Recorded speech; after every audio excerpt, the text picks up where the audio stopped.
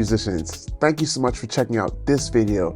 Now, as a teacher, I encounter a lot of students that miss similar chords on similar songs. So what I want to do today is talk about 3 of the most missed chords in gospel music.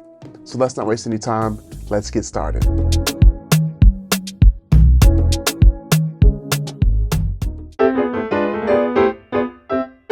The first chord that I want to talk about is found in the song Great Is Thy Faithfulness. Great Is Thy Faithfulness is a common gospel song done in churches. Singers, musicians love playing it, you know. Great is thy faithfulness.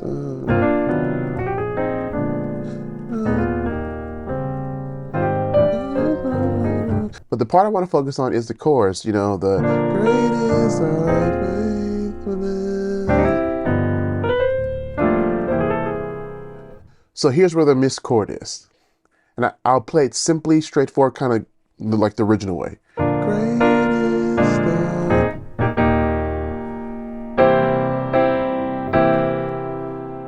What's the next chord? We know the melody, even the bass. But what's the chord right there? One more time. Great is thy faithfulness. Great is thy... What is the chord right there? Now, so often, like I always played it like this, like a diminished, E diminished, and I would kind of, so then, or something like that. But it wasn't until I was analyzing the hymn book, and you get a chance to see what the vocals are singing, that it became clear. The vocals actually sing this, and I'll play it for you. Great is thy faithfulness, great is thy...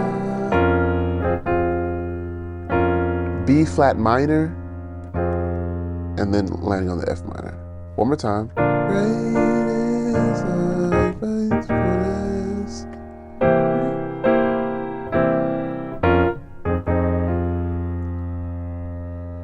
Okay. Now let's kind of think through that. Like B flat minor is definitely not in the key of E flat, but why would that be the chord? Well, this chorus is doing something like a simile, like a same phrase, like a parallelism. So we're starting on B flat, and then we're going to resolve up a fourth to E flat. So B flat, and then here it is, but we're going to do like a plagal cadence on the E flat. 4-1, right? So A flat, then E flat. So, and you can see it, B flat, E flat, A flat. They're all plagal distance apart from each other, like this. So we have B flat. We're going to resolve on E flat, but go to the A flat first. So then it would stand to reason if I'm going to C and doing something very similar. Now in this case, I'm going to F minor. Well, the 4 of F minor would be B flat, right? So,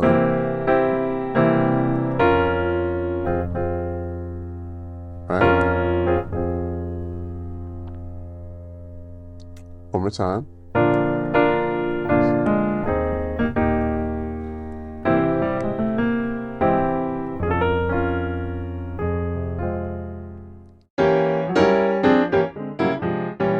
So the second missed chord occurs in the same song, Great Is Thy Faithfulness, just a moment after that. So we just did on Great Is Thy Faithfulness,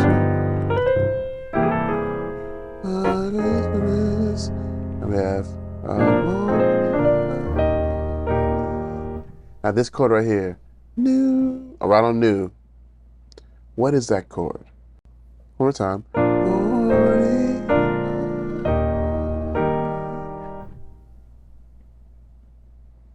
All right, so let me give it to you.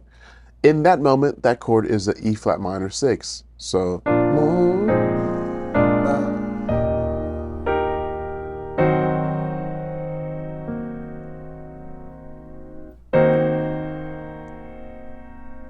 right? And that leads us to one more time.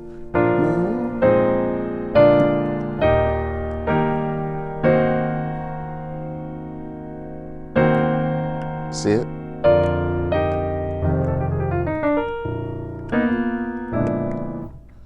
One more time.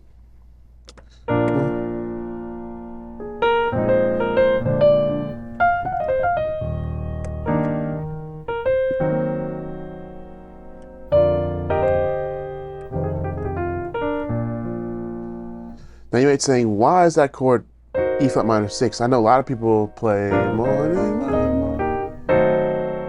E flat diminished 7. This is what often gets played. The chord E flat minor 6 is often used to resolve to B flat. Listen, do you know the sound? Right, that resolves to B flat, right? B flat over F, actually. And look at this chord. What is that? E flat minor 6 and resolves to B flat over F. And I won't get into all the tendency tones and how it resolves, but it resolves to B flat. And we often play it B flat over F. So in our song, after this chord, we're going to B flat over F. So the perfect chord to play is the E flat minor 6.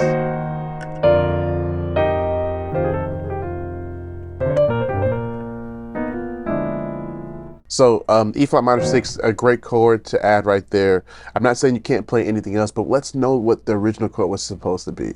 So E flat minor 6, great sound. You can great sound. All right. And the third chord is found on the song We've Come This Far by Faith. It's one of the classics of gospel music. It's one of the anthems. It became the song that choirs would march into church. Before the worship team and praise team and all these things, the choir provided the song service for Sunday morning. And so the choirs would march in, and this was the song they would march in on. And so this song has been done all across the U.S. and all across the world. It's one of the more popular songs. But there's a chord in this song that is often missed. So we're going to do it in the key of G. G is the key it's in the hymn book.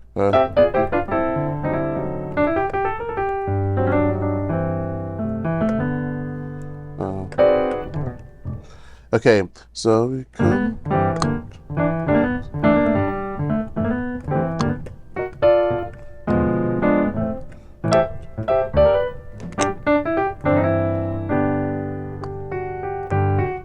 Now the next chord coming right up. What is the next chord after that? Trusting in. So we've come this far away.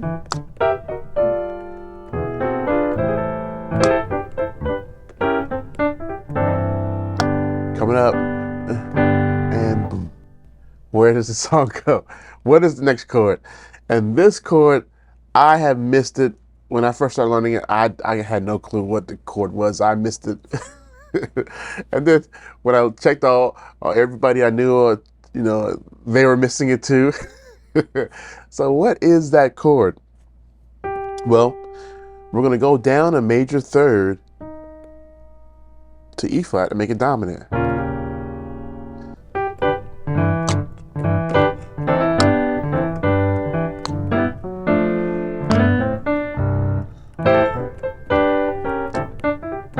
Watch right here. Here's the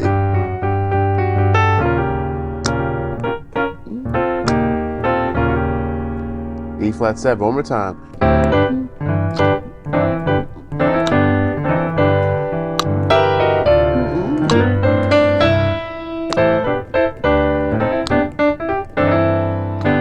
Right here.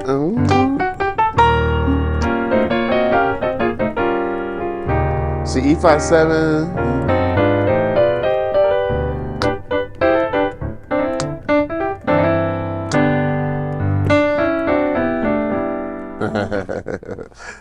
Okay, so again, we're in G. Now this is what tripped everyone up, because we went to E flat 7. Why did the composer choose E flat 7? Well, I'm not entirely sure why he chose, but we can make some educated guesses. So G and E flat are a major third apart. And there's this real connection between thirds. We have a whole category of substitutions called mediant substitutions, median meaning third. And so going from G to E flat doesn't seem foreign to me at all. And a lot of times you can be in G and play stuff in E flat. That sounds really cool. And so there's this real mediant relationship between the two. And I think that's kind of what makes it work. So I've created lead sheets for both of these songs. And a lead sheet is just simply, it's a sheet that includes the melody written on the staff, but then above that in words, I have the actual chord names so you can follow along with the lyrics. So you don't have to be able to read music to read a lead sheet. So just click the link in the description box and put your name and email address, and you'll be able to download that lead sheet. All right, so let me know in the chat, what are some of the most missed chords that you've encountered? I'd love to make a part 2 or even a part 3 or 4 to this particular video, covering some of these chords that we all kind of miss so that we all can get better. Lastly, if you are struggling as a musician, you're not sure what to do, where to go, how to improve, I would love to sit down and do a one-on-one talk with you and see how I can help you. So there's a link in the description box as well. Click that link and set up a one-on-one free video call with me, free 15-minute video call with me. We'll sit down and talk about how I can help you get to the next level. All right, so thank y'all so much again. And until the next one, be blessed and happy practicing.